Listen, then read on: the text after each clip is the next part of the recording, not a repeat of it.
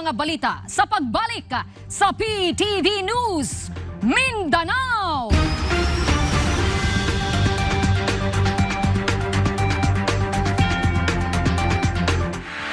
Disaster Watch. Alamin ang Modified Tropical Cyclone Wind Signal System para sa mga paparating na bagyo. Signal number 1. Isa itong tropical depression na nagtataglay ng bahagyang lakas ng hangin at tatama sa loob ng 1.5 araw. Posible itong makadulot ng pinsala. Walang pasok ang mga bata sa preschool. Signal number 2. Ito ay tinatawag na tropical storm na may dalang katamtamang lakas ng hangin at posibleng tumama sa loob ng 24 oras. Pinapayuhan ng lahat na isecure ang kanilang mga bahay at kagamitan at wag na munang maglakbay. Wala ring pasok ang mga mag-aaral mula sa preschool hanggang high school.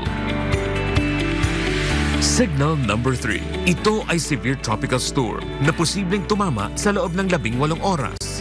Pinapayuhan ang mga residente na lumikas sa mabababang lugar, baybayin at tabing ilog at maghanda sa pagkawala ng kuryente at komunikasyon. Walang pasok sa lahat ng antas ng edukasyon. Signal number 4. Ito ay isang ganap na typhoon na maaaring tumama sa loob ng 12 oras at nagtataglay ng napakalakas na hangin. Dapat manatili muna sa bahay at lumikas mula sa mga mapanganib na lugar. Signal number 5. Ito ay isang super typhoon na nagtataglay ng napakalakas na hangin at posibleng magdulot ng malawakang pinsala. Manatili sa loob ng matibay na gusali at mag-monitor sa mga weather update para sa inyong kaligtasan.